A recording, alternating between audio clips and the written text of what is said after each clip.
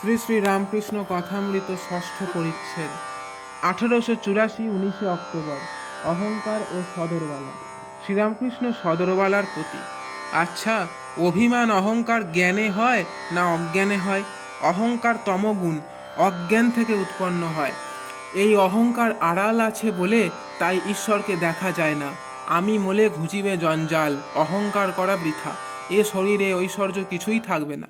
একটা মাতাল দুর্গা প্রতিমা দেখছিল। প্রতিমার সাজগোজ দেখে বলছে, মা, যতই সাজো গোজো, দিন 2-3 পরে তোমায় টেনে গঙ্গায় ফেলে দিবে। সকলের হাস্য। তাই সকলকে বলছি, জজই হও আর সেই যেই হও, সব দুদিনের জন্য।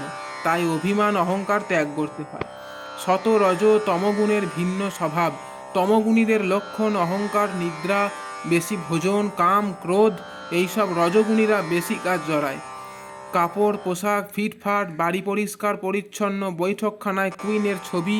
যখন ঈশ্বর চিন্তা করে তখন চেলি গরদ পরেম, গলায় রুদ্রাক্ষের মালা, তার মাঝে মাঝে একটি একটি সোনার রুদ্রাক্ষ।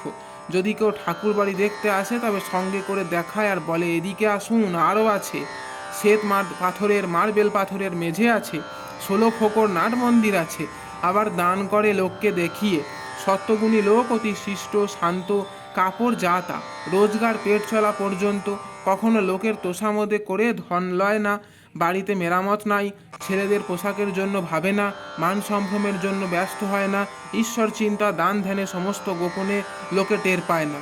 মশারির ভিতর ধ্যান করে। লোকে ভাবে বাবু রাতে ঘুম হয় নাই, তাই বেলা পর্যন্ত ঘুমাচ্ছেন। সত্যগুণ সিঁড়ির শেষ ধাপ, তারপরেই ছাদ।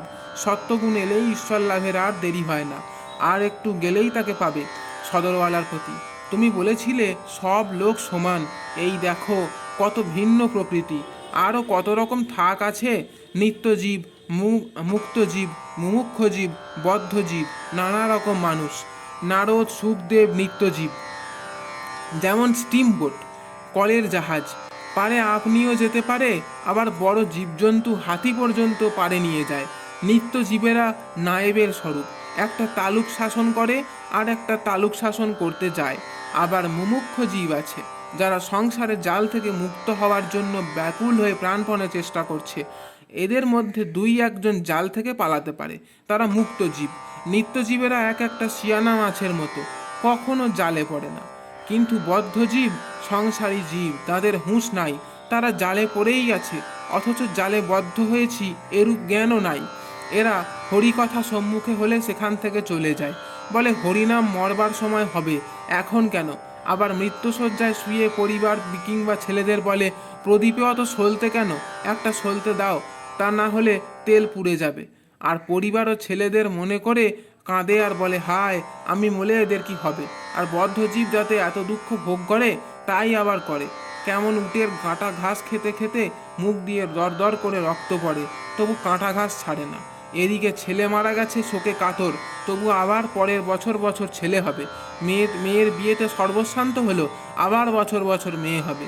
কি করব, অদৃষ্টে ছিল।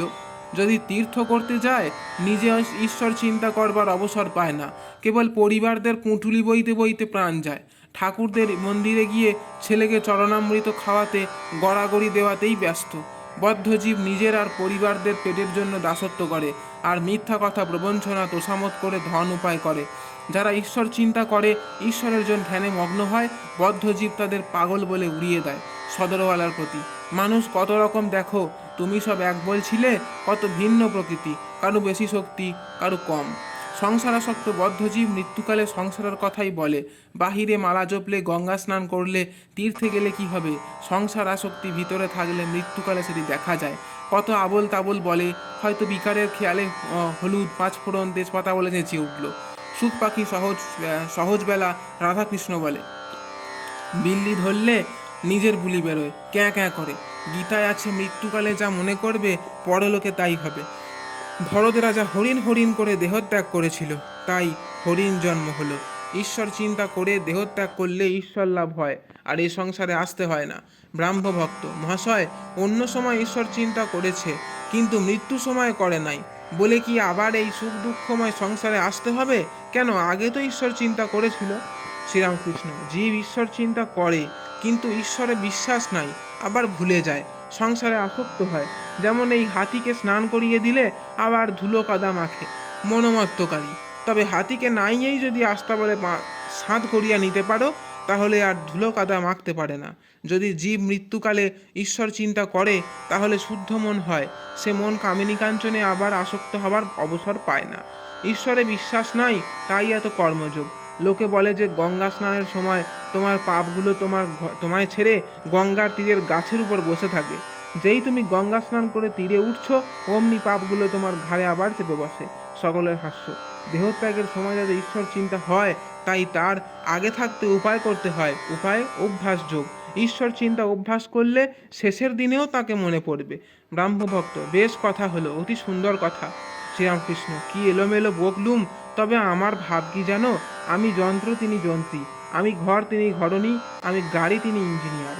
আমি রথ, তিনি রথী। যেমন চালান তেমনি চলি, যেমন করান তেমনি করি। জয় ঠাকুরমা স্বামীজি।